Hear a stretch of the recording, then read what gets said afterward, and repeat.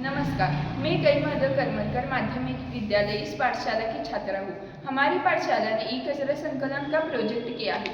E कचरे का निपटारा आसानी से नहीं होता और इसके बहुत से दुष्परिणाम झेलने पड़ते हैं। मैं आपको ई कचरा और घन कचरे के बारे में संक्षिप्त जानकारी बताती हूँ। ई कचरे में खराब हुए इलेक्ट्रॉनिक और विद्युत उपकरण का समावेश होता है, जैसे टीवी, मोबाइल फोन और रेडियो।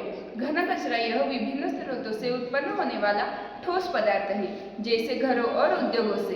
ई कचरा अत्यधिक घातक होता है क्योंकि इसमें आर्सेन जैसे जहरीले पदार्थ होते हैं। यह मानव स्वास्थ्य को नुकसान पहुंचाता है। ई कचरा और घन कचरे के बारे में जानकारी आपको हमारी पाठशाला की कुछ छात्राएं बताएंगी। स्टार्ट। नमस्कार, आज मैं आपको कचरे के दो प्रकार, उनके उपप्रकार और उनके परिणाम बताने वाली हूँ। घन कचरे के मुख्य प्रकार: गैर खतरनाक ठोस कचरा जैसे कि कागज, प्लास्टिक, कांच। दूसरा, खतरनाक ठोस कचरा जैसे बैटरी और रसायन है। ई कचरा यानी इलेक्ट्रॉनिक कचरा मुख्य रूप से अनुपयोगी इलेक्ट्रॉनिक उपकरणों जैसे कंप्यूटर, मोबाइल, टीवी, रेफ्रिजरेटर और बैटरी से बनता है। ई कचरा खतरनाक हो सकता है क्योंकि इसमें सीसा, पारा और कैडमियम जैसे जहरीले पदार्थ होते हैं। इससे पर्यावरण और स्वास्थ्य को नुकसान पहुंच सकता है।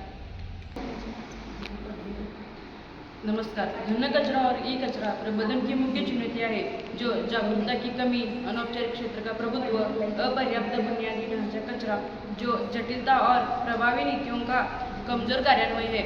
इन जटिलता और इन चुनौतियों के कारण कचरे का गलत निपटान होता है, जो सबसे पर्यावरण के लिए गंभीर खतरा पैदा कर सकता है।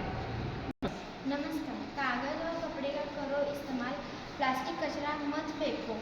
वसुंधरा दुख से कहती है, इसे बहाया नहीं जाता। गीला और सूखा कचरा अलग अलग संग्रह करो। गीले कचरे से खाद बनाना और ठोस कचरे से पुनर्चक्रण योग्य सामग्री से गड्ढे भरना। उचित निपटान के लिए जागरूकता पैदा करना। घन और ठोस कचरे के प्रबंधन के निष्कर्ष यह है कि यह एक महत्वपूर्ण पर्यावरणीय और स्वास्थ्य संबंधी चुनौती है, जिसका समाधान करने के लिए एकीकृत दृष्टिकोण की आवश्यकता है।